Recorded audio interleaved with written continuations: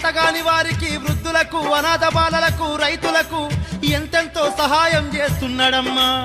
అటువంటి షాదుల్లా చిన్నతనం నుండే దయగలవాడై అందరి నోట మన్ననలు పొందుతున్నాడే.